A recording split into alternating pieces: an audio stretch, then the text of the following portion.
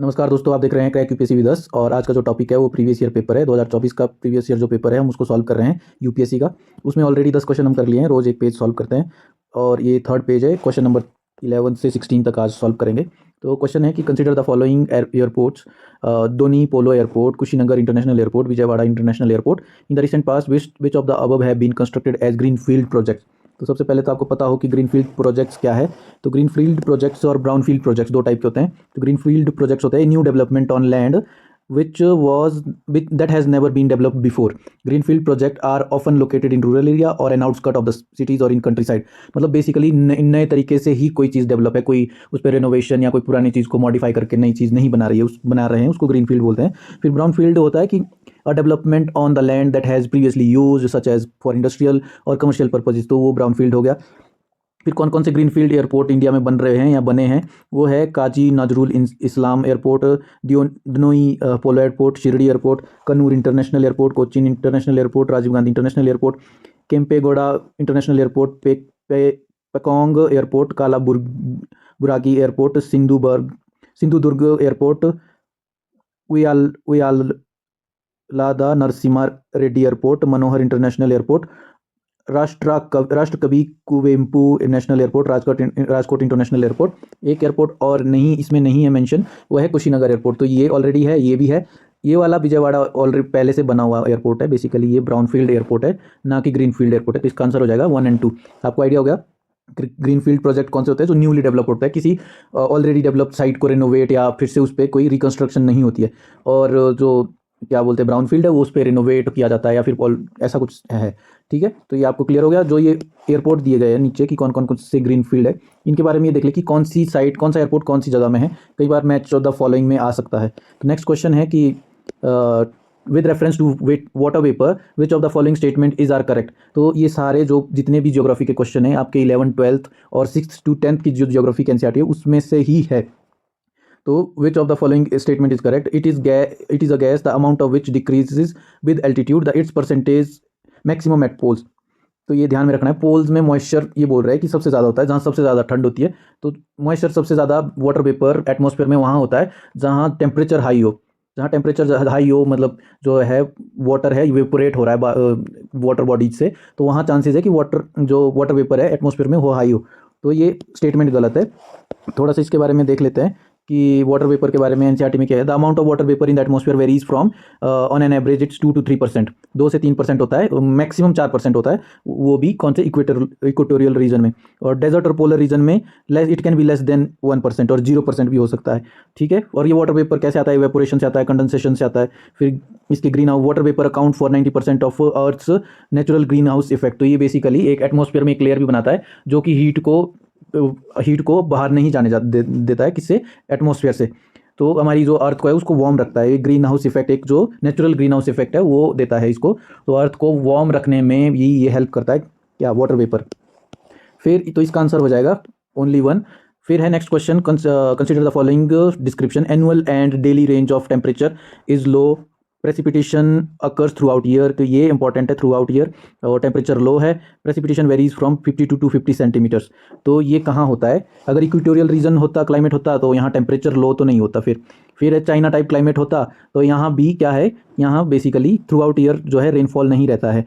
ठीक है, ह्यूमिड सब ट्रॉपिकल जो क्लाइमेट है यहाँ भी टेम्परेचर हाई रहता है। तो यहाँ लो टेम्परेचर के कोई, तो ये मरीन वेस्ट कोस्ट क्लाइमेट है, वेस्ट कोस्ट क्लाइमेट है जो कि क्या है? The climate zone with low temperature, precipitation throughout the year and precipitation level between 15 to 250 centimetre is marine west coast climate.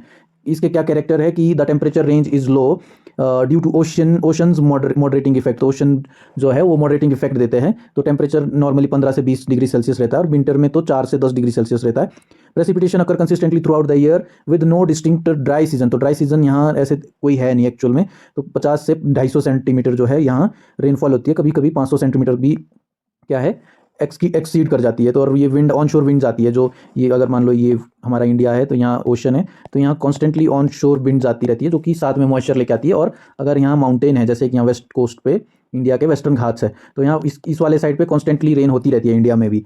तो ये कहाँ कहाँ पाया जाता है? The Pacific north west of the United state and Canada, तो Canada के north west वाले पार्ट में, वेस्टर्न यूरोप में और पार्ट्स ऑफ न्यूजीलैंड में, तो ये क्लाइमेट जो रीजन है वो वहाँ पाया जाता है। फिर नेक्स्ट क्वेश्चन है कि कोरियोलिसिस फोर्स, कोरियोलिसिस फोर्स क्या है, which of the following statement is correct, it increases with increasing wind velocity, तो ये सही बात है। It is maximum at poles and absent at equator, तो ये आपको देखना है कि क्या सही है ये।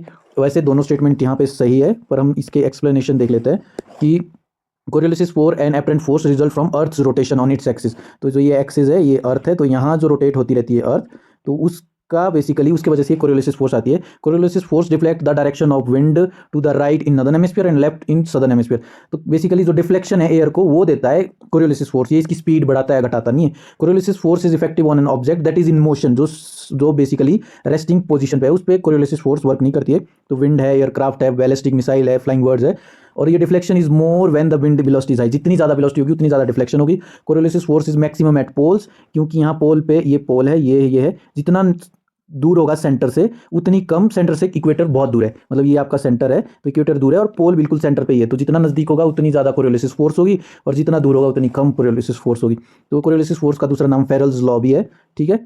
और फिर तो इसका आंसर क्या हो जाएगा, दोनों ही हो जाएगा कि मैक्सिमम जब विंड वेलोसिटी बढ़ती है तो विंड ये भी, इसकी स्पीड भी बढ़ जाती है, और पोल पे क्या है ये सबसे ज़्यादा है और इक्वेटर पे एब्सेंट है, ठीक है। तो इसका आंसर बोथ हो जाएगा 1 और 2। फिर है कि on June 21 every year which of the following latitudes experience a sunlight more than 12 hour, तो इसका चार्ट होता है कि अच्छा ठीक है, जब 21 जून को कहाँ होता है जो सन होता है, ये आपका इक्वेटर है, ये ट्रॉपिक ऑफ कैप्रिकॉन है और ये ट्रॉपिक ऑफ कैंसर है, ठीक है। तो सन बेसिकली यहाँ होता है, तो यहाँ से जितना भी ऊपर वाला एरिया है यहाँ 12 घंटे से ज़्यादा का दिन होता है, और यहाँ से नीचे वाला जो टाइम होता है यहाँ 12 घंटे से कम का दिन होता है।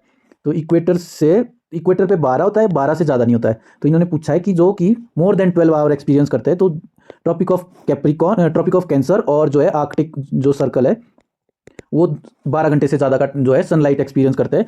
जो आपका ट्रॉपिक ऑफ कैप्रिकॉन है यहाँ 12 से भी कम की होती है, और इक्वेटर 12 घंटे का, इसका 12 आवर्स ही रहता है। तो ये आपका आंसर हो जाएगा 2 और 4, ठीक है। फिर नेक्स्ट है कि which one of the following regions has the world's largest tropical peatland, तो ये इंपॉर्टेंट है, ट्रॉपिकल पीटलैंड पूछा है, which holds about 3 years worth of global carbon emission from fossil fuels and the possible destruction of which can exert detrimental effect on the global climate, which one of the following reason is। Maximum लोगों ने ये Amazon basin लगाया था, लेकिन वो tropical Peatland नहीं है, tropical green forest है। अगर ग्रीन फॉरेस्ट पूछा है तो क्या हो जाएगा आपका अमेजॉन बेसिन हो जाएगा, लेकिन यहाँ पीटलैंड पूछा है तो ये आपका कॉन्गो बेसिन है, तो इसका आंसर हो जाएगा कॉन्गो बेसिन। तो यहाँ अगर आप देख लें कि जो आपका है तो वर्ल्ड्स लार्जेस्ट ट्रॉपिकल पीटलैंड जो है कॉन्गो बेसिन है, इसमें कौन कौन से एरिया आते हैं, कैमरून आता है, ये पूछ सकते हैं इस बार कि कॉन्गो बेसिन में कौन कौन सी कंट्रीज इंक्लूडेड है। सेंट्रल अफ्रीकन रिपब्लिक है, DRC है, कॉन्गो है, इक्वेटोरियल गिनी है, गैबोन है। तो और Congo basin Peatland store around 29 billion tons of carbon, ये इंपॉर्टेंट पॉइंट है, which is equivalent of 3 years of global greenhouse gas emission. They are home to a variety of species that are vulnerable to degradation and drainage, which could release the carbon they contain. In 2018, DRC, the Republic of Congo, and Indonesia signed the Brazzaville Declaration to protect the peatland. तो इसके लिए ये peatland को protect करने के लिए कौन सा जो declaration है साइन हुआ है और किन किन कंट्री के बीच हुआ है, इंडोनेशिया, DRC और रिपब्लिक ऑफ कॉन्गो, पीटलैंड को प्रोटेक्ट करने के लिए ब्रेजावेल डिक्लेरेशन हुआ है। तो ये भी इंपॉर्टेंट है, ये भी क्वेश्चन आ सकता है। Threats to the peatland include slash and burn, जो कि हमारे झूम खेती बोलते हैं, चारकोल मेकिंग, लॉगिंग जो आपको टिम्बर से रिलेटेड जो है। फिर UN environment programme leads the global peatland initiative which aims to save peatland and prevent release of carbon into atmosphere, ठीक है। तो ये आज के क्वेश्चन थे। आई होप आपको पसंद आ रही हो वीडियो, तो वीडियो को लास्ट तक देखें और वीडियो को शेयर करें, चैनल को सब्सक्राइब करें। Thank you for watching.